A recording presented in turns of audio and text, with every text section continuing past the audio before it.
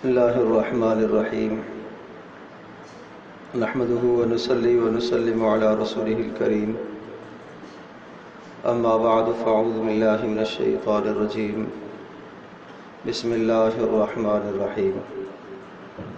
هو الذي أرسل رسوله بالهدى ودين الحق ليظهره على الدين كله وكفى بالله شهيدا صدق الله مولانا العظيم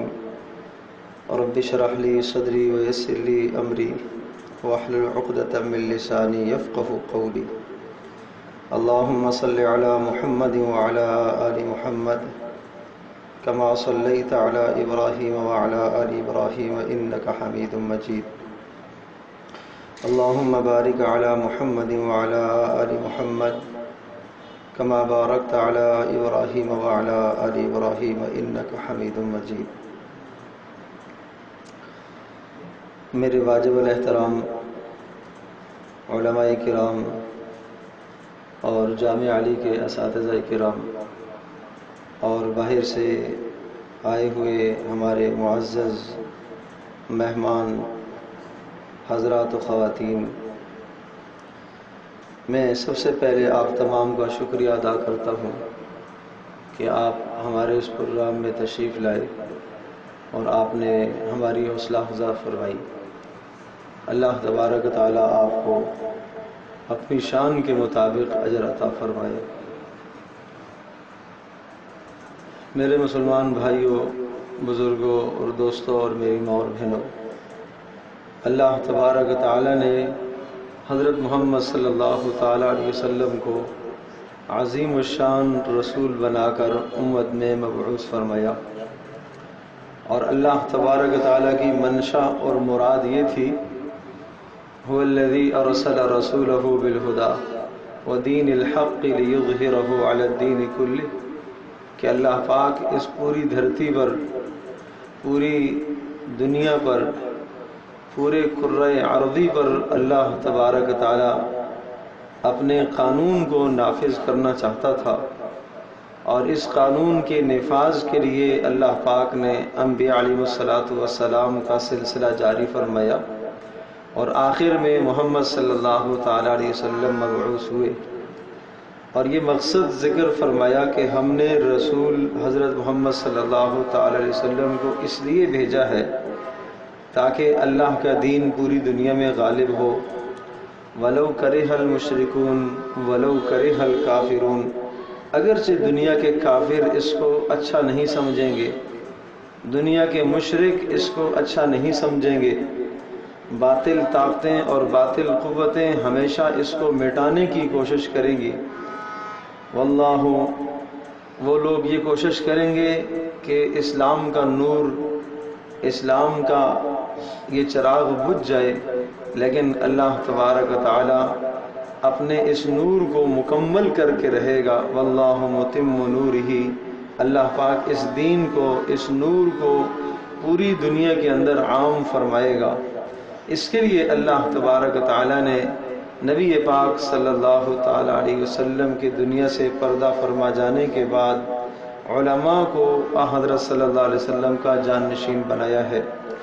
نبی پاک صلی اللہ تعالی علیہ وسلم نے مکہ مکرمہ میں ایک محنت فرمائی، اور اس محنت کے بعد پھر حضرت صلی اللہ تعالی وسلم نے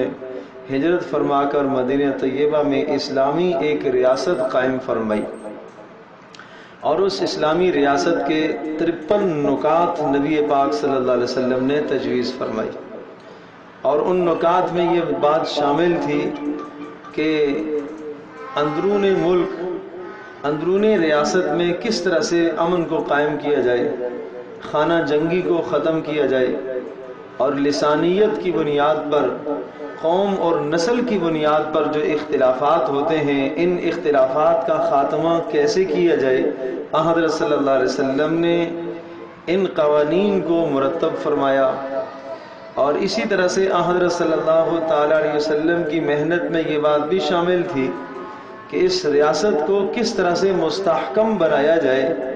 اور بیرونی پالیسیاں جو ہیں اور بیرونی جو اختلافات آنے والے ہیں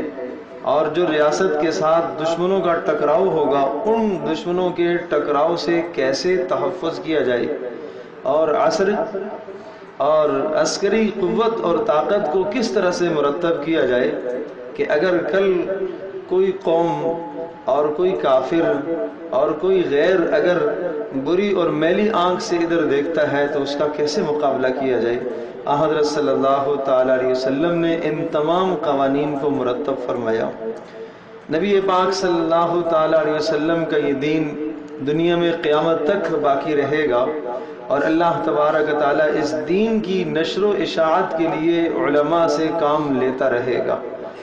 اور اس میں اللہ پاک نے اس نظام کو قیامت تک چلانا ہے۔ میری اور آپ کی سعادت ہے کہ ہمارا کچھ نہ کچھ اس دین کے لیے لگ جائے، ہماری صلاحیتیں لگ جائیں، ہمارا مال لگ جائے، ہماری جان اس پر لگ جائے۔ اسی بات کو مد نظر رکھتے ہوئے پاکستان کا وجود آیا، اور پاکستان کا جب وجود آیا تو آپ یوں کہہ لیجئے کہ مدینہ منورہ کے بعد یہ وہ واحد ملک ہے جس کی بنیاد 100% اسلام پر رکھی گئی تھی، لا الہ الا اللہ پر جس کی بنیاد رکھی گئی۔ جس طرح سے مدینہ منورہ کی ریاست کی بنیاد لا الہ الا اللہ پر تھی، اسی طرح سے اس ملک پاکستان کی بنیاد بھی لا الہ الا اللہ پر تھی۔ ایک زمانہ وہ تھا کہ جب بر صغیر پر انگریز کا تسلط تھا اور تجارتی غرض سے چند افراد ہندوستان میں داخل ہوئے، اور وہ قابض ہوتے چلے گئے اور اتنا ان کا قبضہ ہو گیا کہ 3 نسلیں ان کے ظلم سہ کے اور ان کے مظالم برداشت کر کے جب 3 نسلیں تھک چکی تو پھر اللہ تبارک تعالیٰ کا نظام ایسا پیدا ہوا۔ اللہ تبارک تعالیٰ نے اس وقت کے مقتدر علماء اور جید زعماء اور اہل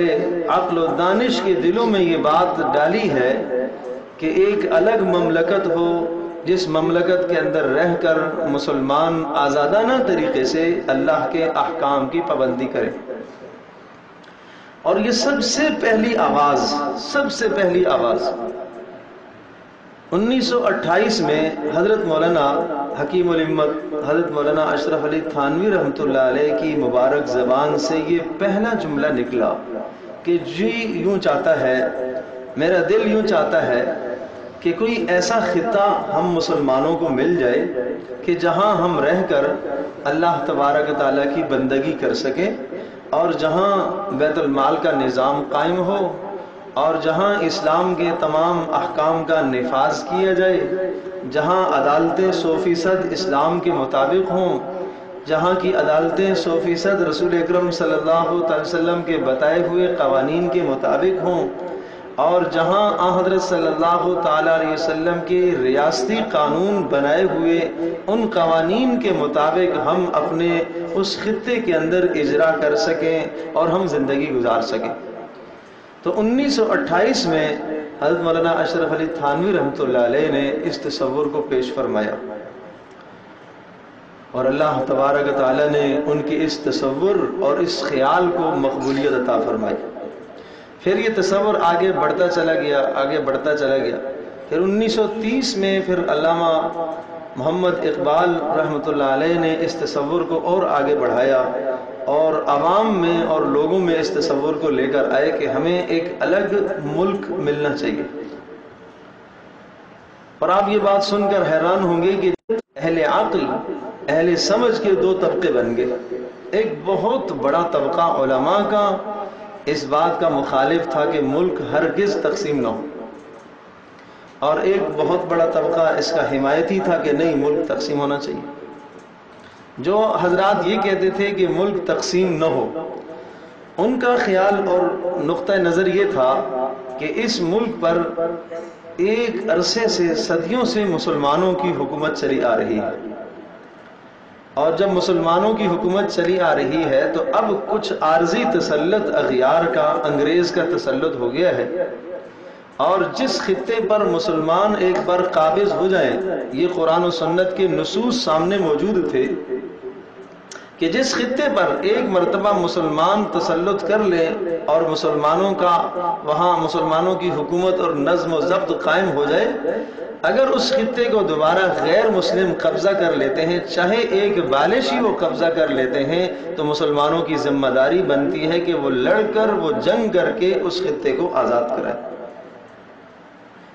تو اس لیے ان حضرات کا یہ نظریہ تھا کہ ملک تقسیم نہیں ہونا چاہیے، اور تقسیم ہونے سے طاقت مسلمانوں کی بڑھ جائے گی، قوت مسلمانوں کی بڑھ جائے گی۔ اور جو نعرہ لگ رہا تھا وہ اس طرح سے لگ رہا تھا کہ اگر اس بر صغیر کے 6 حصے ہیں تو 6 حصوں میں سے ایک حصہ آپ کو الگ دے دیا جائے گا اور باقی 5 حصے ہندوؤں کے پاس ہی رہیں گے۔ تو یہ بات علماء کو سخت کھٹکتی تھی۔ اس کی مثال ایسی ہی ہے کہ ایک آدمی کے پاس 6 ایکڑ زمین ہو اور 6 ایکڑ زمین پر جھگڑا ہو گیا ہو، کوئی آدمی آ کے قابض ہو گیا ہو اور مالک یہ کہے کہ اچھا بھائی اس میں سے تم 1 ایکڑ مجھے دے دو، جھگڑا چھوڑ دو، باقی 5 تو لے۔ تو اس طرح سے علماء کا ایک بہت بڑا طبقہ اس کے لیے تیار نہیں تھا، اور جن کے سرخیل شیخ الاسلام حضرت مولانا حسین احمد مدنی رحمۃ اللہ علیہ تھے۔ ان کا یہ نظریہ تھا کہ ہرگز تقسیم نہیں ہونا چاہیے۔ حضرت مولانا حسین احمد مدنی رحمۃ اللہ علیہ بھی دارالعلوم دیوبند کے فاضل، وہاں کے استاذ، وہاں کے بڑے ہونہار تلامذہ میں سے تھے، اور جن حضرات کا نظریہ تھا کہ پاکستان بننا چاہیے ان میں سرخیل حضرت مولانا اشرف علی تھانوی رحمۃ اللہ علیہ تھے۔ یہ دونوں کے دونوں حضرات حضرت مولانا قاسم نانوتوی رحمۃ اللہ علیہ کے بڑے گراں قدر تلامذہ میں سے، حضرت مولانا شیخ الہند محمود حسن دیوبندی رحمۃ اللہ علیہ کے بڑے تلامذہ میں سے۔ لیکن عجیب بات یہ کہ دونوں پائے کے بڑے عالم اور سخت نظریاتی اختلاف تھا۔ آپ میری باتوں کو غور سے سنیں اور موجودہ زمانے کے حالات کو آپ پھر دیکھیں۔ جو باتیں میں عرض کر رہا ہوں یہ باتیں میں ایک بار نہیں کئی مرتبہ پڑھنا تو الگ بات ہے، یہ باتیں جو میں بھی آپ سے عرض کرنا چاہ رہا ہوں، حضرت مدنی کی رائے اور حضرت تھانوی کی جو رائے، میں نے کئی مرتبہ ان باتوں کو حضرت استاذ العلماء، استاذ المحدثین حضرت مولانا سلیم اللہ خان صاحب نور اللہ مرقدہ کی زبان سے سنا۔ ایک تو میں نے پڑھا ہے، پڑھنے کے علاوہ ان کی زبان سے سنا، اور انہوں نے یہ سارے منظر دیکھے ہیں، سارے مناظر انہوں نے دیکھے ہیں، کئی مرتبہ ان کے بیان سے یہ بات میں نے سنی۔ تو فرمایا یہ سخت نظریہ، دو نظریے بن گئے، اور دونوں اپنے وقت کے بلند پائے کے علماء تھے۔ اور پھر حضرت مولانا اشرف علی تھانوی رحمۃ اللہ علیہ کے جو نظریہ، اور یہ آگے بڑھتا چلا گیا، پھر مسلم لیگ کی حمایت انہوں نے فرمائی، اور 1943 میں انہوں نے حمایت فرمائی، اور پھر اس حمایت کے بعد یہ ہوا کہ ان کو باقاعدہ سے مسلم لیگ میں دعوت دی گئی، قائد اعظم کی طرف سے جب ان کو دعوت ملی محمد علی جناح کی طرف سے، تو حضرت تھانوی رحمۃ اللہ علیہ اس وقت بیمار تھے، آخری وقت تھا، تو بیماری کی وجہ سے جا نہ سکے، لیکن یہ الفاظ خط میں لکھ کر بھیجے قائد اعظم محمد علی جناح کو، یہ آیت لکھی قل بفضل اللہ وبرحمتہ فبذلک فلیفرحوا، کہ یہ اللہ کا فضل ہے، جس سوچ کو لے کر آپ لوگ چلے ہیں یہ اللہ کا فضل ہے، اس پر ہمیں خوش ہونا چاہیے۔ اور پھر اس کے بعد یہ آیت لکھی انفروا خفافا وثقالا، کہ جس بھی حال میں ہو ہمیں سب کو نکل کر محنت کرنا چاہیے۔ اور پھر تیسری آیت یہ لکھی لیس علی الضعفاء ولا علی المرضى ولا علی الذین لا یجدون ما ينفقون حرج اذا نصحوا للہ ورسولہ، کہ میں چونکہ بیماری میں ہوں اور بیماروں پر کوئی حرج نہیں ہے کہ ایسے مشاغل اور ایسے پروگراموں میں اگر نہ شریک ہو سکے تو کوئی حرج نہیں ہے، اندر سے دلی تمنا تو ہے۔ اور پھر 2 کتابیں بھیجی قائد اعظم محمد علی جناح کو، ایک حیات المسلمین اور ایک صیانت المسلمین، یہ 2 کتابیں حضرت مولانا اشرف علی تھانوی رحمۃ اللہ علیہ کی مختصر کتابیں ہیں لیکن بڑی گراں قدر تصانیف ہیں۔ اور فرمایا یہ حیات المسلمین میں نے جو لکھی ہے یہ شخصی زندگی کے لیے، اگر ایک آدمی اپنی شخصی اصلاح چاہتا ہے تو اس کے لیے حیات المسلمین بہترین کتاب ہے۔ اور صیانت المسلمین کا معنی مسلمانوں کا تحفظ اور حفاظت. اگر ایک آدمی جمہوری زندگی کا تحفظ چاہتا ہے، اجتماعی زندگی کا تحفظ چاہتا ہے، تو اس کے لیے صیانت المسلمین میری بہترین تصنیف ہے. اور یہ کہہ کر انہوں نے خط بھیجا قائد اعظم محمد علی جناح کی طرف کہ میرے آنے کا یہ عذر ہے، ورنہ میرا جی چاہتا ہے کہ میں حاضر ہوں. ایک یہ ان کی کوشش تھی. ان کی کوشش پر میں مزید آگے بات کرتا ہوں. عرض کر رہا ہوں کہ دوسرا نظریہ تھا حضرت شیخ الاسلام مولانا حسین احمد مدنی رحمۃ اللہ علیہ کا. وہ کہتے تھے کہ تقسیم سے مسلمانوں کی قوت بڑھ جائے گی. نمبر ایک تو یہ دلیل تھی. اور دوسری دلیل یہ تھی کہ اگر ہم نے تقسیم کر دیا تو یہ بتاؤ کہ 5 حصوں میں سے 6 حصوں میں سے 5 حصے ہم نے غیر کو دے دیے، ایک حصہ ہم نے لے لیا، جبکہ وہ ہمارا اپنا ہے، وہ ہے ہی ہمارا. جب بر صغیر ہے ہی ہمارا، 1000 سال سے ہماری حکومت چلی آ رہی ہے، تو ہم اپنے اس ملک کو کیوں غیروں کے حوالے کریں؟ جو حضرات تقسیم چاہتے تھے وہ کہتے تھے کہ اس کے بغیر اس وقت ممکن نہیں ہے. بہرحال یہ ایک اجتہادی اختلاف تھا، اور اس کے باوجود بھی دارالعلوم دیوبند کی دارالحدیث کی مسند سے حضرت مولانا حسین احمد مدنی رحمۃ اللہ علیہ واعظ فرماتے، طلبہ میں تقریر کرتے اور پرجوش تقریر ہوتی تقسیم کی مخالفت کی کہ تقسیم نہیں ہونا چاہیے. اور حضرت مولانا حسین مدنی رحمۃ اللہ علیہ جب اپنی تقریر کر کے فارغ ہوتے اور وہ ہٹتے، اگلا حضرت مدنی رحمۃ اللہ علیہ بخاری شریف پڑھاتے تھے. اور ان کے بعد پھر حضرت مولانا علامہ شبیر احمد عثمانی رحمۃ اللہ علیہ مسلم شریف پڑھاتے تھے. وہ مسلم کا سبق پڑھانے کے لیے آتے، اور وہ زبردست تقسیم کے حمایتی تھے، کیونکہ وہ حضرت تھانوی رحمۃ اللہ علیہ سے ان کا تعلق تھا. وہ کہتے تھے نہیں، بننا چاہیے. تو جو جوش و خروش پہلے حضرت مدنی رحمۃ اللہ علیہ نے تقریر فرمائی کہ تقسیم نہیں ہونا چاہیے، اس کے بعد حضرت مولانا شبیر عثمانی رحمۃ اللہ علیہ وہ دلائل کے ساتھ، اللہ اکبر، ایسے زبردست دلائل کے ساتھ، لیکن عزت نفس اگلے کی برقرار رکھتے ہوئے نظریات کا رد فرماتے، ذاتیات کو نہیں چھیڑتے تھے. یہ بات کہنے کی ہے خاص طور پر میرے طلبہ ساتھیوں سے، ذاتیات کو نہیں چھوڑتے تھے. اور پھر عجیب میں آپ کو بات بتاؤں، یہ بات میں نے حضرت شیخ الحدیث مولانا سلیم اللہ خان صاحب نور اللہ مرقدہ سے سنی ہے. فرمایا کہ ایک مرتبہ ایسا ہوا کہ جو لوگ پاکستان کے حمایتی تھے، تقسیم کے حمایتی تھے، ایسے طلبہ نے حضرت مدنی رحمۃ اللہ علیہ کے خلاف کچھ پرچیاں لکھی اور ان کے گھر میں صحن میں جا کے ڈال دی رات کو. اور صبح کو جب حضرت مدنی نے وہ پرچیاں دیکھی ان کے خلاف جو غلط لکھا گیا ہے، تو حضرت مولانا شبیر احمد عثمانی رحمۃ اللہ علیہ کے سامنے وہ پرچیاں لے کے آئے. کہا کہ حضرت یہ آپ کی محنت ہے. تو حضرت مولانا شبیر احمد عثمانی رحمۃ اللہ علیہ نے کیا کیا کہ سارے دارالعلوم دیوبند کے طلبہ کو جمع فرمایا اور ہاتھ اٹھا کے کہا کہ میں ایسے طلبہ کے لیے بد دعائیں کروں گا، ساری زندگی تباہ اور برباد ہو جائیں گے جنہوں نے حضرت مدنی کے گھر میں یہ پرچیاں ڈالی. جاؤ جا کے ان سے معافی مانگو. تو نظریے کا اختلاف ہونے کے باوجود بھی ذاتی محبتوں کا یہ حال تھا. اور پھر میں ایک اور قصہ سناؤں.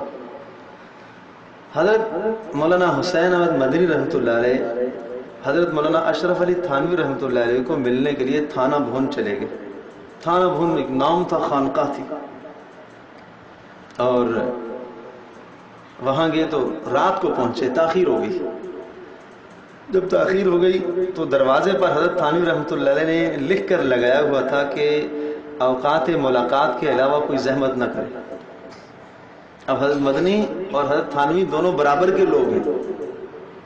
ایک ہی جگہ سے پڑھے ہوئے ہیں، ایک ہی استاذ کے شاگرد ہیں، آپس میں استاذ شاگرد نہیں ہے، کلاس فیلو کہہ لیں. تو حضرت مدنی نے دیکھا، جب وہ تحریر دیکھی تو وہاں نیچے دروازے کے سامنے باہر گیٹ سے چادر بچھائی، وہیں سو گئی. جب حضرت تھانوی رحمۃ اللہ علیہ صبح تہجد کے لیے اٹھے اور دروازہ کھولا تو کوئی لیٹا ہوا ہے. تو دروازے کی آواز سے حضرت مدنی اٹھے، پہچان لیا، کہا انا للہ و انا الیہ راجعون. آپ کہاں؟ میں کہا کب آئے؟ کہا رات جب آپ کنڈی بند کر رہے تھے، کنڈی کی مجھے آواز آئی، اس وقت ہی پہنچا تھا، لیکن یہ تحریر لکھی ہوئی تھی تو میں نے کہا آپ کے آرام میں خلل واقع نہ ہو۔ نظریے کا اختلاف اپنی جگہ پر، لیکن ایک دوسرے کا احترام یہ تھا۔ خیر اندر لے آئے، بیٹھایا اور خاطر تواضع کی۔ فجر کی نماز کا وقت ہو گیا، دونوں بزرگوں نے تہجد پڑھی، فجر کی نماز کا ٹائم ہو گیا۔ حضرت تھانوی رحمۃ اللہ علیہ خانقاہ میں لے گئے، تھانہ بھون کی خانقاہ میں، اور حضرت مدنی رحمۃ اللہ علیہ سے کہا کہ آپ نماز پڑھیں، اور اتفاق سے جمعے کا دن تھا۔ حضرت تھانوی رحمۃ اللہ علیہ نے جب حضرت مدنی سے کہا کہ آپ نماز پڑھیں، تو حضرت مدنی کا معمول تھا کہ جمعے کے دن وہ فجر کی نماز میں سورہ الف لام میم سجدہ اور سورہ دہر پڑھتے تھے، سنت ہے،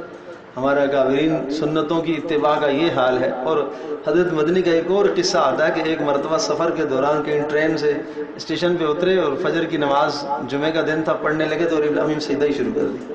انہیں نہیں یاد رہا، اتنا نمازوں کا ذوق تھا، اور اللہ اکبر ایسا ذوق تھا کہ وہ الف لام میم سجدہ شروع کر دی، انہیں نہیں احساس ہوا، شعور ہوا کہ میں اسٹیشن پہ کھڑا ہوں، ٹرین جو چلی جائے گی۔ تو وہ تو نماز پڑھتے رہے اور پیچھے نمازی سارے نکل گئے، ایک دو جو خادمین تھے وہ ساتھ رہے اور پھر وہ اگلی ٹرین پر آئے۔ تو عرض کرنے کا مقصد یہ کہ فجر کی نماز اس طرح سے حضرت مدنی نے پڑھائی۔ فجر کی نماز میں الف لام میم سجدہ پڑھی تو اس میں سجدہ آتا ہے۔ عام طور پر جو ائمہ فجر کی نماز میں یہ پڑھتے ہیں تو وہ سجدے کا اعلان کر دیتے ہیں کہ بھئی پہلی رکعت میں سجدہ ہوگا۔ حضرت مدنی نے اعلان نہیں فرمایا، اس لیے نہیں فرمایا کہ حضرت تھانوی رحمۃ اللہ علیہ کی خانقاہ ہے اور یہاں تو اتباع سنت کا اہتمام ہوگا، لیکن حضرت تھانوی رحمۃ اللہ علیہ کے اس کا معمول نہیں تھا۔ تو جب نماز سجدے کے لیے گئے تو پیچھے کچھ لوگوں کی نماز خراب ہو گئی، اس لیے کہ اگر اعلان نہ ہو تو جو دیکھ رہا ہے اگلی صف میں وہ تو امام کے ساتھ سجدے میں چلا جائے گا۔ تو اللہ اکبر جب آدمی کہتا ہے امام، تو پیچھے والوں کو تو نہیں پتہ چلتا اللہ اکبر رکوع کے لیے کیا ہے یا سجدے کے لیے کیا ہے، لوگ سمجھے کہ سجدے میں ہے، اور جب انہوں نے کہا سمع اللہ لمن حمدہ تو پھر پتہ چلا کہ وہ تو رکوع تھا۔ تو اب اگر ایک رکن امام سے چھوٹ گیا تو نماز فاسد ہو جاتی ہے۔ خیر نماز کے ختم ہونے کے بعد حضرت مولانا اشرف علی تھانوی رحمۃ اللہ علیہ کے کسی خلیفہ نے، جو حضرت سے بیعت بھی ہے، خلافت بھی مل چکی ہے، اس نے کہا کہ اتنے بڑے بزرگ ہیں، نماز پڑھانی بھی نہیں آتی۔ حضرت مولانا حسین احمد مدنی رحمۃ اللہ علیہ کے حوالے سے یہ جملہ کہا۔ حضرت تھانوی رحمۃ اللہ علیہ تک یہ بات پہنچ گئی کہ میرے فلاں مرید نے، اور نہ صرف مرید بلکہ میرا خلیفہ، اس نے میرے ساتھی حضرت مولانا حسین احمد مدنی رحمۃ اللہ علیہ کے بارے میں یہ گستاخی کا جملہ کہا۔ حضرت نے اس کو بلایا، پہلا کام تو یہ کیا کہ خلافت واپس لے لی، یہ سلسلہ میرا تعلق آپ سے ختم۔ اس نے بہت معافی مانگی، ہاتھ جوڑے۔ حضرت نے فرمایا نہیں، مجھ سے کیا معافی مانگتی، جس شخص کی توہین اور تذلیل تو نے کی ہے اس سے جا کے معافی مانگ۔ تو وہاں سے پھر دیوبند چلے گئے، وہ جو صاحب تھے دیوبند گئے، اور دیوبند جا کر حضرت مدنی رحمۃ اللہ علیہ سے معافی مانگی، اور واپس آئے، اور واپس آ کر حضرت تھانوی سے کہا کہ حضرت میں معافی مانگ کے آ چکا ہوں۔ تو حضرت نے یہ فرمایا کہ تم یہ بتاؤ کہ تم نے یہ جملہ ان سے یہ کہا تھا کہ میں نے آپ کی شان میں یہ گستاخی کی ہے؟ کہ نہیں یہ تو نہیں کہا تھا۔ کہا جاؤ دوبارہ گئے، پھر جا کر ان سے کہا کہ حضرت میں نے آپ کے حوالے سے یہ جملہ بولا تھا کہ حضرت اتنے بڑے آدمی ہو گئے، نماز پڑھانا نہیں آتی، اس وجہ سے مجھے حضرت نے خانقاہ سے نکال دیا ہے، آپ سفارش لکھ دیں۔ حضرت نے کہا بھائی میں نے آپ کو معاف کر دیا ہے، بڑے ظرف والے لوگ تھے۔ تو پھر واپس آئے اور حضرت تھانوی رحمۃ اللہ علیہ سے کہا کہ حضرت انہوں نے معاف کر دیا ہے۔ پھر تیسری بار بھیجا کہ نہیں جاؤ لکھوا کر لاؤ، تحریری لے کے آؤ کہ آپ نے یہ جملہ بولا اور انہوں نے آپ کو معاف کر دیا، تو پھر میرے پاس گنجائش ہے، ورنہ میرے پاس مت آئیے گا۔ پھر وہ صاحب گئے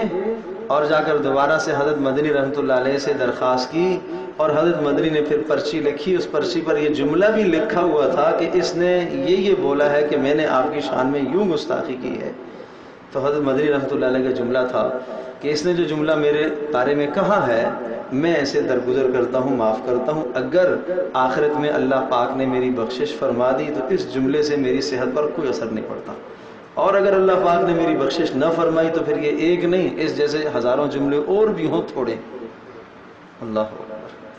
تو پھر حضرت تھانوی رحمۃ اللہ علیہ کے پاس آئے اور انہوں نے آ کر کہا کہ پرچی دکھائی، تو پھر حضرت نے انہیں قبول فرمایا۔ تو میں یہ عرض کر رہا ہوں کہ سخت نظریاتی اختلاف ہونے کے باوجود بھی ایک دوسرے کی عزتیں محفوظ تھیں، ایک دوسرے کی عزتیں نہیں لوٹتے تھے، ایک دوسرے کے خلاف غیبت سننا گوارا نہیں کرتے تھے۔ تو اختلاف رائے ہوتا ہے اور یہ ہوتا رہے گا اور یہ قیامت تک سلسلہ رہے گا، لیکن اختلاف رائے سے جب بات آ جاتی ہے ذاتیات پر تو پھر دونوں کے دونوں طبقے دین سے ہٹ جاتے ہیں، راہ اعتدال سے ہٹ جاتے ہیں۔ تو اتنے بلند پائے کے لوگ تھے، اتنا سخت نظریاتی اختلاف ہونے کے باوجود باہمی محبتوں کا یہ حال تھا۔ پھر ادھر دوسری طرف یہ بات ہوئی کہ جب پاکستان بن گیا تو حضرت مولانا حسین احمد مدنی رحمۃ اللہ علیہ، جن کی ساری زندگی کی یہ کوشش تھی کہ تقسیم نہیں ہونا چاہیے، اس وقت انہوں نے یہ جملہ بولا تھا کہ یاد رکھو کسی مسجد کے بننے سے پہلے اختلاف ہو سکتا ہے کہ یہاں مسجد بنے یا نہ بنے، لیکن جب مسجد بن گئی ہے تو اس کے بعد تمام مسلمانوں کی ذمہ داری ہے کہ اس مسجد کی حفاظت کریں۔ اسی طرح سے پاکستان بننے سے پہلے اختلاف تھا کہ ہونا چاہیے یا نہیں ہونا چاہیے، تقسیم ہونا چاہیے یا نہیں، بننا چاہیے یا نہیں بننا چاہیے، لیکن اب بن گیا ہے تو اب میری رائے یہ ہے کہ سب مل کر اس کا تحفظ کریں۔ اب جس مقصد کے لیے اس کو حاصل کیا گیا ہے، لا الہ الا اللہ، جس کا مقصد بتایا گیا ہے، اس مقصد کے نفاذ کے لیے کوششیں اور محنتیں کرو۔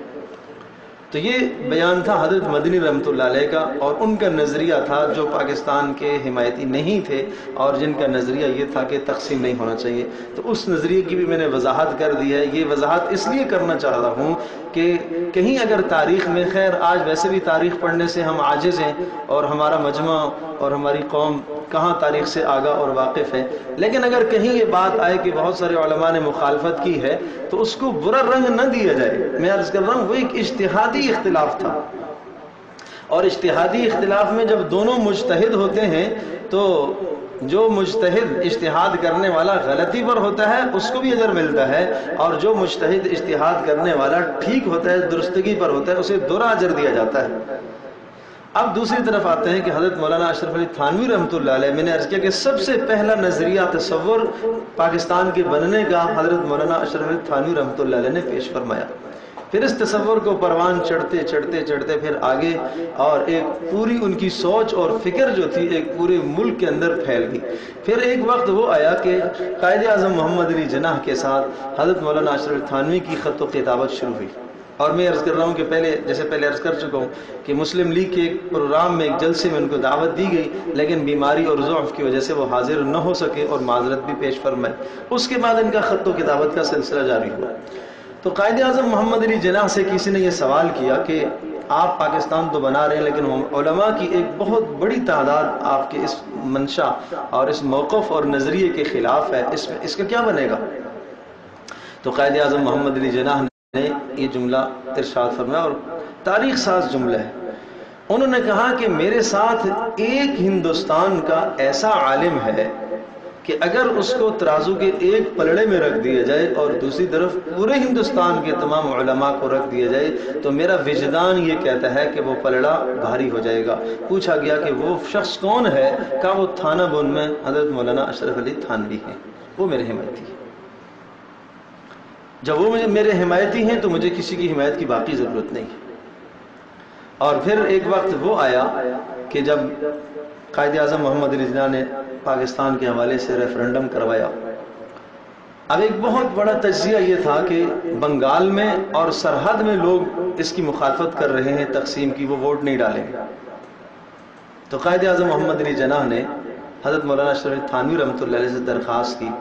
اور یہ صورتحال پیش کی کہ مجھے لگتا ہے کہ بنگال سے ہمیں حمایت نہیں ملے گی اور سرحد سے ہمیں حمایت نہیں ملے گی، ہمیں دو مضبوط ایسے افراد چاہیے کہ جن کو یہاں بھیجا جائے اور یہاں ہماری راہوں کو ہموار کریں۔ حضرت مولانا اشرف علی تھانوی رحمۃ اللہ علیہ نے اپنے خاندان کے اپنے تلامذہ دو جلیل القدر علماء کا انتخاب کیا۔ حضرت مولانا ظفر احمد عثمانی رحمۃ اللہ علیہ جو حضرت تھانوی رحمۃ اللہ علیہ کے بھانجے تھے رشتے میں، ان کو بنگال بھیجا، اور حضرت مولانا شبیر احمد عثمانی رحمۃ اللہ علیہ کو سرحد بھیجا۔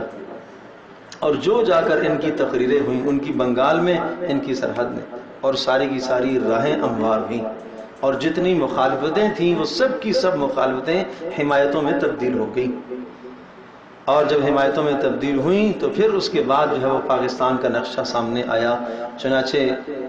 27 رمضان جمعۃ الوداع، ایک یم 14 اگست تو یاد رکھتے ہیں لیکن یہ یاد نہیں رکھتے کہ اس کی نسبت رمضان کے ساتھ ہے،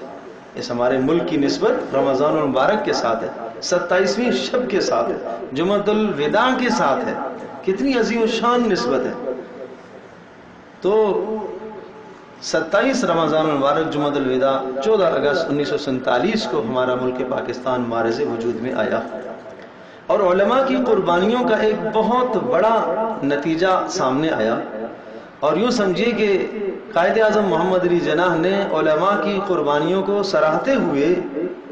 ان کی قربانیوں کو سراہتے ہوئے، خراج تحسین پیش کرتے ہوئے کراچی میں مولانا شبیر عثمانی رحمۃ اللہ علیہ سے درخواست کی کہ یہاں پاکستان کا پہلا جھنڈا مولانا شبیر عثمانی رحمۃ اللہ علیہ لہرائیں گے، اور بنگال میں مشرقی پاکستان کے اندر حضرت مولانا ظفر احمد عثمانی رحمۃ اللہ علیہ وہ پرچم کشائی کریں گے۔ یہ دونوں بہت بزرگ اور بڑی ہستیاں تھیں، اور اس پرچم کشائی کے اس منظر سے یہ ثابت ہو رہا ہے، اور قائد اعظم محمد علی جناح نے یہ تصور امت کے سامنے پیش کیا ہے کہ اس پاکستان کے وجود میں آنے میں علماء کی بڑی قربانیاں ہیں، علماء کا بڑا کردار ہے۔ پتہ نہیں آپ کو یاد ہوگا یا نہیں، ایک زمانہ ہوتا تھا ہمارے اسکول کی کتابوں کے اندر ان مشائخ کے نام ہوا کرتے تھے، مولانا ظفر عثمانی کا نام آتا تھا، شبیر عثمانی کا نام آتا تھا، مفتی شفیع رحمۃ اللہ علیہ کا نام آیا کرتا تھا، مولانا جعفر تھانسری رحمۃ اللہ علیہ کا نام آتا تھا، اور بڑے بڑے علماء تھے۔ لیکن آج ہمارے جو اسکول کے نظام ہیں، آج جو ہمارا نصاب تعلیم ہے، ان میں ان کا نام ہے ہی نہیں سر سے۔ یہاں سے نام نکالنے سے، تاریخ سے ان کا نام نہیں مٹتا، لیکن ہماری قوم اور ہماری نئی نسل افسوس یہ ہے کہ ان حقائق سے آج ناواقف ہے۔ دیکھو کسی بھی ملک کے اندر، کسی بھی اسلامی خطے، کسی بھی اسلامی سوچ کو پروان چڑھانے کے لیے علماء کا بنیادی کردار ہوا کرتا ہے۔ قائد اعظم محمد علی جناح، علامہ اقبال، ان دونوں کے تصورات اور دونوں کی سوچیں کہ ملک ایک الگ ہو اور مسلمانوں کو ایک آزادی نصیب ہو اور مسلمانوں کو ایک خطہ نصیب ہو، میں یہ عرض کر رہا ہوں کہ ان کے ان تصورات کے پیچھے علماء کی محنتیں ہیں۔ علامہ اقبال جب ایک لمحے حضرت مولانا حسین مدنی رحمۃ اللہ علیہ، حضرت مولانا احمد علی لاہوری رحمۃ اللہ علیہ کی صحبت اور مجلس میں بیٹھے تو وہاں بیٹھنے کے بعد ان کی سوچیں ہی بدل گئی، ان کی نظریات تبدیل ہو گئیں کہ کیا ہی اللہ پاک کے ساتھ ان کا جو تعلق قائم ہوا۔ اور علامہ اقبال کہا کرتے تھے کہ میں نے دین کو جو سمجھا ہے وہ مثنوی سے، اور جو مثنوی میں نے سمجھی ہے وہ حضرت اشرف علی تھانوی سے سمجھی، مولانا روم رحمۃ اللہ علیہ کی مثنوی، عجیب کتاب ہے وہ، جس کے بارے میں کہا جاتا ہے کہ اگر قرآن مجید فارسی زبان میں نازل ہوتا تو مثنوی رومی کی زبان پر نازل ہوتا، اتنی بہترین کتاب ہے، جس کے بارے میں حضرت مولانا اشرف تھانوی اور حضرت مولانا انور شاہ کشمیری رحمۃ اللہ علیہ فرمایا کرتے تھے، اگر کسی مکتبے میں جہاں لاکھوں کتابیں موجود ہوں اور کہا جائے کہ مکتبہ جلا دیا جائے گا، بس 4 کتابوں کا آپ انتخاب کر لیں، آپ کس کا انتخاب کرو گے؟ کہا کرتے تھے قرآن کا، بخاری کا، ہدایہ کا اور مثنوی کا، بس کہ یہ کتابیں اگر میرے پاس 4 آ گئیں تو سارے علوم میں جمع کر لیں۔ تو علامہ فرمایا کرتے تھے کہ میں نے دین کو سمجھا مثنوی سے، اور مثنوی میں نے سمجھی حضرت تھانوی سے۔ تو بہت بڑا کردار ہے علماء دیوبند کا پاکستان کے بننے میں،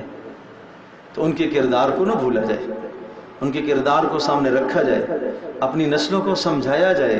اپنی نسلوں کے دماغوں میں یہ بات ڈالی جائے۔ اس سے کیا ہوگا؟ اس سے یہ ہوگا کہ علماء سے، اہل علم سے ان کی محبتیں قائم ہوں گی۔ آج جب جشن آزادی کا نام آتا ہے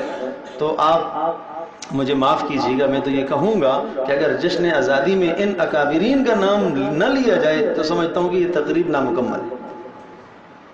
میں سمجھتا ہوں کہ یہ تقریب نامکمل ہے۔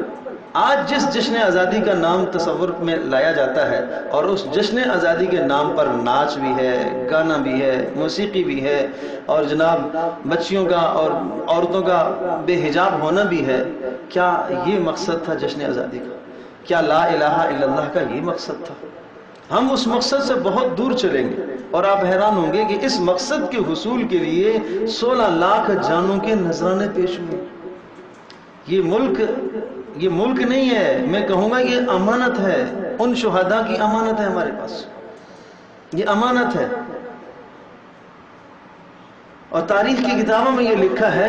کہ جب بر صغیر جب تقسیم ہوا تو تقسیم کے بعد سے جب ٹرینیں وہاں سے مسلمانوں کی آتی تھی تو ایک دن پوری ٹرینیں نظر آتش کر دی جاتی تھی، اور لاہور کا دریا راوی سرخ ہو گیا خون کی وجہ سے۔ اس میں کیا تھا؟ اس میں مسلمانوں کے خونوں کو ڈالا گیا، مسلمانوں کو قتل کر کے ڈالا گیا، بیٹیوں کی عزتیں لوٹی گئی، 70,000 بیٹیوں کی عزتوں کو لوٹا گیا۔ آج کی قربانیوں کوئی نہیں گنتا، کوئی تصور میں نہیں لاتا۔ اور جب تحریک چلی اور پاکستان کے بننے کی بات ہوئی تو ایک دن ہزاروں علماء کو توپ کے دہانوں پر باندھ کر کے توپ سے اڑا دیا جاتا۔ آپ تصور تو کرو۔ یہ مجھ سے پہلے صاحب بیان کر رہے تھے، حضرت مولانا جعفر تھانسری رحمۃ اللہ علیہ جو اپنا بیان لکھتے ہیں، آپ یہ تاریخ کی کتابیں دیکھیں کہ لوہے کے پنجروں میں بند کر دیا جاتا اور 3 ماہ 4 ماہ ان پنجروں کے اندر وہ بند رہے۔ کیا ہے جرم تھا؟ ایک جرم تھا آزادی۔ ہم آزاد ملک چاہتے ہیں، ہم آزاد مملکت چاہتے ہیں۔ اس ملک کی آزادی کے لیے اتنی بڑی انہوں نے قربانیاں دی ہیں،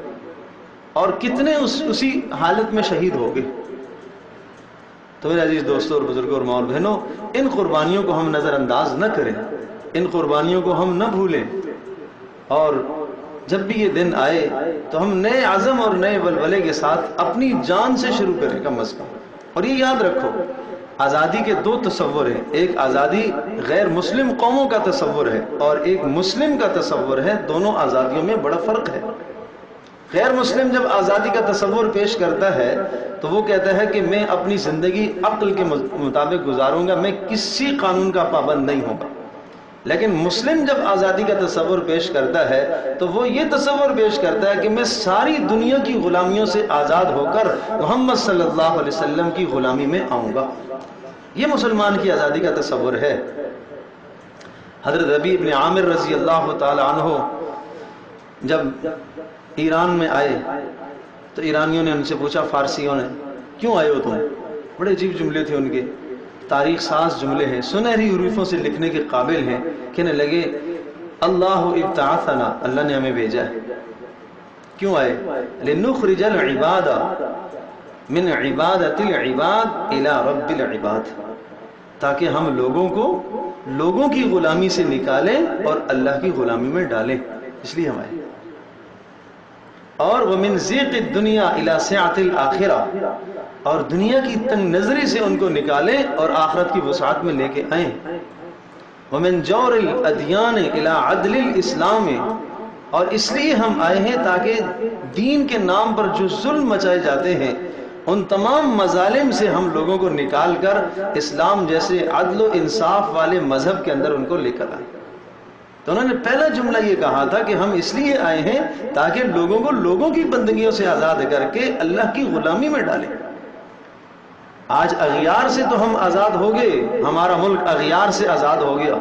غیروں کے تسلط سے ہم آزاد ہو گئے، برطانوی سامراج سے ہم آزاد ہو گئے، ہندو سے ہم علیحدہ ہو گئے۔ لیکن یاد رکھیے گا، اگر آزاد ہو کر بھی ہم نفس کے غلام رہے، ہم نفس کے پجاری رہے، پھر بھی ہماری تہذیب میں، ہماری تمدن میں، ہماری معاشرت میں، ہمارے معاملات میں اگر غیروں کے طور طریقے رہے تو پھر معاف کیجیے گا، یہ آزادی نہیں ہے۔ جس آزادی کے لیے ہم نے یہ ملک حاصل کیا تھا، پھر وہ آزادی نہیں ہے، پھر ہم اس آزادی کے اندر ناقص رہے۔ پھر جن علماء اور جن مشائخ اور جن عوام الناس کی قربانیاں اور جن کے خون اس کی آزادی کی بنیادوں میں شامل ہیں، آج وہ ہمارے درمیان کے اندر نہیں ہیں۔ جنہوں نے اس پودے کی بنیادوں کے اندر پانی ڈالا تھا، آج جب پھل کھانے کا وقت آیا تو ہم ان کے ساتھ غداری نہ کریں، جن کے ساتھ بے وفائی اور غداری ہوگی۔ تو اس لیے اپنے نفس کو بھی، نفس کی غلامی سے بھی ہم اپنے آپ کو آزاد کریں۔ جو جی میں آیا وہ ہم مانیں، ہم کیوں، کیا نبی پاک صلی اللہ علیہ وسلم کی سنت، کیا رسول پاک صلی اللہ علیہ وسلم کی زندگی کے علاوہ کسی اور کی زندگی اچھی ہے کہ ہم اسے دیکھ کے چلیں؟ ہم اپنی تہذیب یہودیوں کی طرح کیوں کریں؟ ہم اپنی تہذیب نصرانیوں کی طرح کیوں کریں؟ ہندوؤں سے الگ ہوئے کہ نہیں ہم ہندوؤں کے ساتھ نہیں رہ سکتے، ہمیں مذہبی امن نہیں مل سکتا، ہمیں مذہبی تحفظ نہیں مل سکتا. اور بقول مولانا اشرف علی تھانوی رحمۃ اللہ علیہ کو تو بڑے عجیب بات کہا کرتے تھے، اور جب پاکستان کا نظریہ انہوں نے پیش کیا تو ان سے یہ بھی بات پوچھی گئی کہ آپ نہ تقسیم کی بات کرتے ہیں تو تقسیم کیسے، کیوں آپ کر رہے ہیں؟ تو انہوں نے فرمایا دیکھو میں ایک بات کہتا ہوں کہ اگر تقسیم نہیں کرتے ہو، آج تم انگریز کو یہاں سے بھگا دیتے ہو، تو انگریز کو کہتے تھے گورا کافر اور ہندوؤں کو کہتے تھے کالا کافر. تو فرمایا کرتے تھے اگر یہ گورا کافر یہاں سے چلا بھی گیا تو کالا کافر تمہیں یہاں جینے نہیں دے گا. کیوں کالا کافر نہیں جینے دے گا؟ کہ 1000 سال تم نے اس کالے کافر پر حکومت کی ہے، جب بھی اس کو اقتدار ملے گا، اس کو تسلط حاصل ہوگا، قبضہ ملے گا، تو یہ کبھی بھی تمہارے ساتھ نہیں ہوں گے. اور یہ تو اللہ پاک کا فیصلہ ہے وَلَن تَرْضَ عَنْكَ الْيَهُودُ وَلَا النَّصَارَىٰ حَتَّىٰ تَتَّبِعَ مِلَّتَهُمْ. کوئی کافر قوم، چاہے یہودی ہوں چاہے نصرانی ہوں، وہ آپ کی حمایت اس وقت تک نہیں کر سکتے جب تک آپ ان کے دین کی حمایت نہیں کریں گے، اور آپ ان کے دین کی حمایت کر کے اپنا اسلام کھو بیٹھیں گے. تو اس لیے حضرت تھانوی کا یہ نظریہ تھا. تو بات میں یہ عرض کر رہا ہوں میرے عزیز دوستوں اور بزرگوں اور ماں اور بہنوں کہ ہم تمام ان قیدیوں سے اور ان قیدوں سے اور ان غلامیوں سے ہم آزاد ہوئے ہیں. آج ہم اپنے نفس کے غلام نہ بنیں، آج ہم غیروں کے غلام نہ بنیں. اپنے گھر سے نظام شروع کرو، اسلام کا نفاذ اپنے گھر سے کرو. بھائی آج اپنے گھر کا، آج گھر یہاں سے اٹھنے کے بعد اپنے گھر جا کر دیکھو کیا چیز آپ کے گھر میں خلاف شرع ہے، اس کو ہٹاؤ. آپ کہیں گے بچوں کی خواہش ہے، خاندان کی چاہت ہے، شادی آئے گی تو شادی پر سوچو کہ کیا چیزیں اسلام کے خلاف ہیں یہاں پر، ان کو ہٹاؤ. اگر نہیں ہٹائیں گے تو یہی کہا جائے گا کہ ہمارے اپنے اندر ایمان کے ساتھ وفاداری اور دین کے ساتھ اپنے اندر وفاداری نہیں ہے. تو رسول اکرم صلی اللہ تعالی علیہ وسلم کی عظیم الشان جو محنت آپ علیہ السلام نے دین کے لیے محنت فرمائی، جس محنت کے نتیجے میں آج میں اور آپ مسلمان ہیں، اگر ہم نے اس محنت کی قدر نہ کی، اور پھر حضرت صلی اللہ علیہ وسلم نے جو مدینہ منورہ ایک اسلامی سلطنت قائم کی، اور اس اسلامی سلطنت کے قائم ہونے کے بعد دوسری واحد اسلامی سلطنت جو اسلام کے نام پر بنی ہے وہ ملک پاکستان ہے، اگر اس کی ہم نے قدر نہ کی تو یہ ان شہداء کے خونوں کے ساتھ غداری ہوگی. ہمیں قدر کرنی چاہیے، ہمیں دل و جان سے قدر کرنی چاہیے، اور جس مقصد کے لیے اس کو حاصل کیا گیا تھا اس مقصد کو پورا کرنے کے لیے کوشاں اور محنت کرنی چاہیے. آپ کہیں گے ہم ملک کے سربراہ نہیں ہیں، ہم ملک کے گورنر نہیں ہیں، ہم بڑے کلیدی عہدوں پر نہیں ہیں. تو بھائی کوئی بات نہیں ہے، آپ کلیدی عہدوں پر نہیں ہیں. میں ایک بات اکثر ساتھیوں سے کہا کرتا ہوں، مجھے یہ بتاؤ کہ اگر آپ درست ہیں، سارا جہان آپ کے خلاف ہو جائے، آپ کو پرواہ نہیں ہونا چاہیے. کیا رسول پاک صلی اللہ تعالی علیہ وسلم جب مکہ میں محنت فرمائی تو کیا آپ علیہ السلام کے سارے حمایتی تھے؟ وہ لوگ جو صادق اور امین کہتے تھے، جو آپ کو سچا کہتے تھے، جو آپ کو امانت دار کہتے تھے، اور جو آپ کی تعریف کے گن گایا کرتے تھے، جب حضرت صلی اللہ تعالی علیہ وسلم نے نبوت پیش فرمائی تو سب سے پہلے ان کی اغراض کے ساتھ آپ کی نبوت کا ٹکراؤ ہو گیا. وہ کہنے لگے اگر نبوت ہم نے تسلیم کی تو ہماری سیادت، ہماری قیادت، یہ سب کچھ رہ جائے گا. وہی لوگ جنہوں نے آپ علیہ السلام کو صادق اور امین اور سچا کہا اور آپ کی تعریف کے اندر مداح تھے اور گن گایا کرتے تھے، انہوں نے آپ علیہ السلام پر پتھر برسانا شروع کر دیا. لیکن کیا رسول پاک صلی اللہ علیہ وسلم نے یہ پیغام چھوڑ دیا تھا؟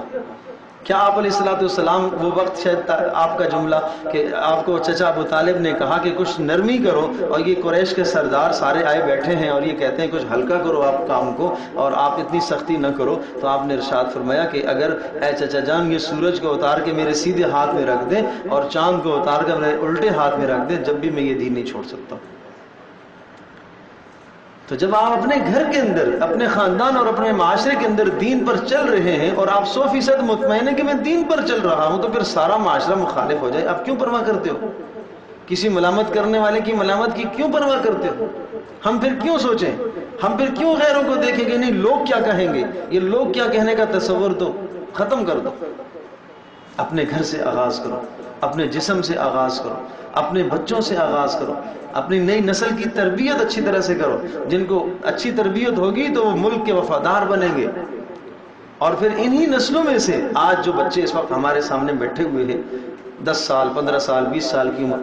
اور یہی انہی اداروں سے پڑھ کر، عصری اداروں سے پڑھ کر، انہی اداروں سے پڑھ کر انہوں نے کل برسر اقتدار بننا ہے، انہوں نے اقتدار پر آنا ہے. اگر ان کی صحیح نشو نما اور صحیح تربیت نہ ہوئی تو جب یہ اقتدار پر آئیں گے تو یہ خائن بنیں گے. پہلے گھر کے اندر چھوٹے خیانت والے چھوٹے خائن تھے، اور اقتدار پر آئیں گے تو بڑے خیانت کرنے والے ہوں گے. گھر کے اندر چھوٹے جھوٹے تھے، اور جب اقتدار پر آئیں گے تو بڑے جھوٹے ہوں گے. تو تربیت اصل چیز ہے، ماؤں بہنوں کا کام ہے اصل اندر کی تربیت کرنا. تو اس لیے ہماری سوچ بھی یہ ہے کہ عصری ادارے جو ہمارے ہیں، عصری ادارے اور دینی اداروں کے اندر جو ہمارے علوم پڑھائے جاتے ہیں، ان دونوں کا حسین امتزاج ہو جائے. اور جو ہمارے عصری اداروں سے پڑھنے والے لوگ ہیں، چاہے وہ ڈاکٹر بنے، چاہے وہ انجینئر بنے، چاہے وہ لائر بنے، دنیا کا کوئی بھی انسان بنے، لیکن پہلے وہ مسلمان بنے. اگر وہ مسلمان صحیح معنوں میں ہوں گے تو وہ مسلمان ہو کر پھر وہ اسلام کا بھی تحفظ کریں گے اور وہ ملک کا بھی تحفظ کریں گے. وہ پھر ان شہداء کے خونوں کے غدار نہیں بنیں گے، پھر وہ ملک کے غدار نہیں بنیں گے. پھر ان کے دل کے اندر احساس ہوگا، ان کے دل میں یہ جذبہ ہوگا امت مسلمہ کی خدمت کرنے کا. ورنہ آج آپ دیکھتے ہیں عصری اداروں سے فارغ ہونے والے، چاہے وہ ڈاکٹر بنے، چاہے وہ دنیا کے بڑے بڑے عہدوں پر چلے جائیں، ان کے پیش نظر اپنا پیٹ، اپنے بچے، اپنے آپ کو پالنا، اپنا بچہ، بس یہی ہے. اگلا نظریہ نہیں ہے کہ امت کو کیسے سنبھالنا ہے، امت کی رہنمائی کرنی ہے، امت کو کے لیے خیر خواہی کے لیے کیا کام کیا گیا ہے. تو اس لیے میرے عزیز دوستوں اور بزرگوں، ایسی محنت کی ضرورت ہے. اس طرح سے ہم اپنی نسلوں کی تربیت کریں. اور سب سے پہلے ہم اس عہد کو پھر دہراتے ہیں کہ جس عہد کے لیے، جو عہد پہلے شروع میں لگا تھا کہ پاکستان کا مطلب کیا، لا الہ الا اللہ. لا الہ الا اللہ کا مطلب سمجھتے ہو؟ آپ جانتے ہو لا الہ الا اللہ؟ مدینہ منورہ جب یہ قائم ہوا، آپ علیہ الصلوۃ والسلام نے جب مکہ میں پہلی دعوت قوم کے سامنے رکھی، کیا دعوت تھی؟ لا الہ الا اللہ. اور وہ جانتے تھے نا کہ لا الہ الا اللہ کا مطلب یہ ہے کہ اب ہمارا مسجود اللہ، اب ہمارا معبود اللہ، اب ہمارا مشکل کشاں اللہ، اب ہمارا حاجت رواں اللہ، اب ہمارے نفع اور نقصان کا مالک اللہ ہے، اللہ ہے. اور محمد الرسول اللہ اب ہمارے ہادی، اب ہمارے راہبر، اب ہمارے رہنما، اب ہمارے قائد، اب ہمارے لیڈر محمد صلی اللہ علیہ وسلم ہونے چاہیے. اب مجھے ان کو فالو کر کے چلنا ہے، اب مجھے ان کی زندگی کو سامنے رکھ کر چلنا ہے، مجھے ان کی اتباع کرنی ہے. یہ مقصد ہے لا الہ الا اللہ محمد رسول اللہ کا. اللہ تبارک و تعالی ہم سب کو اس مقصد کی کامیابی میں بہت کامیابیاں نصیب فرمائے، اور آگے بڑھنے کی ہمیں اللہ پاک توفیق نصیب فرمائے. الحمدللہ رب العالمین، والصلاة والسلام علی سید الانبیاء والمرسلین وعلی آلہ وصحبہ وامتہ اجمعین. ربنا آتنا في الدنيا حسنة وفي الآخرة حسنة وقنا عذاب النار. اللهم احسن عاقبتنا في الأمور كلها وأجرنا من خزي الدنيا وعذاب الآخرة. اے ارحم الراحمین، اے ارحم الراحمین، ہم سب کا بیٹھنا قبول فرما. اے اللہ ہم سب کا بیٹھنا قبول فرما. اے اللہ ہمارے اس ملک کی حفاظت فرما. اے اللہ ہمارے اس ملک کی حفاظت فرما. اے اللہ یہاں کے رہنے والوں کی حفاظت فرما. اے اللہ یہاں کے لوگوں کی عزتوں کی، ایمان کی، اے اللہ جانوں کی تو حفاظت فرما. اے اللہ جن مقاصد کے لیے اس ملک کو حاصل کیا گیا تھا، اے اللہ آج تک ہم اس میں کامیاب نہ ہو سکے، اے اللہ ہمیں کامیابیاں نصیب فرما. اے اللہ اس آزادی میں جو علماء کا کردار تھا، اے اللہ اس کی قدر کرنے کی توفیق نصیب فرما. اے اللہ ہمیں ہمارے اس ملک کی اس نعمت عظمیٰ کی قدر کرنے کی توفیق نصیب فرما. اے اللہ ہمیں اپنے گھروں کے اندر اسلام کو نافذ کرنے کی توفیق نصیب فرما. اے اللہ ہمیں اپنے دفاتر میں، اے اللہ اپنے کاروباروں کی جگہ پر، بازاروں میں، اے اللہ اسلام کو نافذ کرنے کی توفیق نصیب فرما. اے اللہ اغیار کے تسلط سے ہم آزاد ہوئے، لیکن اے اللہ ہمارے ذہن، اے اللہ ہماری نسلوں کے ذہن، اے اللہ اغیار کی تعلیموں کے غلام ہیں. اے اللہ اس غلامی سے بھی تو ہمیں آزادی نصیب فرما. اے اللہ ہمیں محمد صلی اللہ علیہ وسلم کی غلامی نصیب فرما. اے اللہ محمد صلی اللہ علیہ وسلم کی غلامی نصیب فرما. اے اللہ اپنے احکام کی غلامی ہمیں نصیب فرما. اے اللہ ہم بہت کمزور ہیں، تو ہم سب کی مدد فرما. اے اللہ ہمارے اس ملک کی طرف جو میلی آنکھ سے دیکھنے والے ہیں، برے ارادے رکھنے والے ہیں، اے اللہ ان کو نیست نیست و نابود فرما، اے اللہ ان کو نیست و نابود فرما، اے اللہ جو اس ملک کی ترقی میں کوشاں ہیں اے اللہ ان کی مدد اور نصرت فرما، اے اللہ جو علماء اس کی ترقی میں محنتیں کر رہے اے اللہ ان کی بھی مدد اور نصرت فرما، اے ارحم الراحمین ہم سب کو آپس میں متحد اور متفق ہو کر اے اللہ اس ملک کے لیے کوشش کرنے کی توفیق نصیب فرما، اے ارحم الراحمین تمام عصری ادارے اور دینی اداروں کو اے اللہ آپس میں اتحاد اور یکجہتی نصیب فرما، اے اللہ وہاں کے فضلاء اور مدارس کے فضلاء کو اے اللہ آپس میں یکجہتی نصیب فرما، اے اللہ آپس میں اتحاد اور اتفاق نصیب فرما، اے اللہ جس طرح سے ایک گھر کے اندر 4 بھائی 6 بھائی اے اللہ گھر کی حفاظت کیا کرتے ہیں، اللہ اس طرح سے ہم سب کو اس ملک کی حفاظت کرنے کی توفیق نصیب فرما، اے اللہ اس کے چپے چپے کی اے اللہ اس کی گلی گلی کی اے اللہ گاؤں گاؤں کی شہر شہر کی تو حفاظت فرما، اے ارحم الراحمین جن لوگوں نے اے اللہ اس ملک کی آزادی کے لیے قربانیاں دی تھیں اے اللہ ان کی قربانیوں کو قبول فرما، اے اللہ ان کی قربانیوں کو قبول فرما، اے اللہ جن علماء میں کردار پیش کیے تھے اے اللہ ان کے کرداروں کو اپنی بارگاہ میں قبول فرما، اے ارحم الراحمین جن شہداء نے قربانیاں دی ہیں جن کے لہو بہے ہیں اے ارحم الراحمین جن کی عزتیں لٹی ہیں اے اللہ ان تمام کی قربانیوں کو قبول فرما، اے اللہ آج جنت الفردوس میں ان کو اعلیٰ مقام نصیب فرما، اے اللہ جنت الفردوس میں ان کو اعلیٰ مقام نصیب فرما، اے ارحم الراحمین اے اللہ تو ہم سب کی دعاؤں کو قبول فرما، اے اللہ ہم سب کا خاتمہ ایمان پر فرما، اے اللہ ہمارے اس پروگرام کو اپنی بارگاہ میں قبول فرما، اے اللہ جتنے شرکاء اس میں موجود ہیں سب کے گناہوں کو معاف فرما، سب کے درجات کو بلند فرما، سب کا آنا اللہ قبول فرما، اے ارحم الراحمین اٹھنے سے پہلے پہلے ہم سب کے گناہوں کو معاف فرما، اے اللہ ہمارے اس ادارے کو ترقی نصیب فرما، اے اللہ ہر قسم کے شرور سے تو ہم سب کی حفاظت فرما، اے اللہ پڑھنے والوں کی پڑھانے والوں کی تو حفاظت فرما، اے ارحم الراحمین ہم سب کو محض اپنی رضا کے لیے محنت کرنے کی توفیق نصیب فرما، اے اللہ ریاکاری سے دکھلاوے سے تو ہم سب کی حفاظت فرما، اے اللہ ہر قسم کے فتنوں سے شرور سے تو ہم سب کی حفاظت فرما، اے اللہ جس طرح سے تو چاہتا ہے اے اللہ اس طرح سے ہمیں محنت کرنے کی توفیق نصیب فرما، اے اللہ جس طرح سے تو چاہتا ہے اس طرح سے ہمیں محنت کرنے کی توفیق نصیب فرما، اے اللہ قدم قدم پر اے اللہ اپنی مدد شامل حال فرما، اے اللہ ہم کمزور ہیں بے زور ہیں اے اللہ قدم قدم پر اپنی مدد کو ہمارے ساتھ شامل حال فرما، اے اللہ ہم سب کا بیٹھنا قبول فرما، اے اللہ ہمارے گناہوں کو معاف فرما، ہمارے والدین کے گناہوں کو معاف فرما، اے اللہ ہمارے گھر والوں کے گناہوں کو معاف فرما، اے اللہ بہن بھائیوں عزیزوں رشتہ داروں کے گناہوں کو معاف فرما، اے اللہ پوری امت مسلمہ کے گناہوں کو معاف فرما، اے اللہ پوری امت مسلمہ کو یکجہتی نصیب فرما، اے اللہ جہاں مسلمان پریشان ہیں اے اللہ ان کی پریشانیوں کو دور فرما،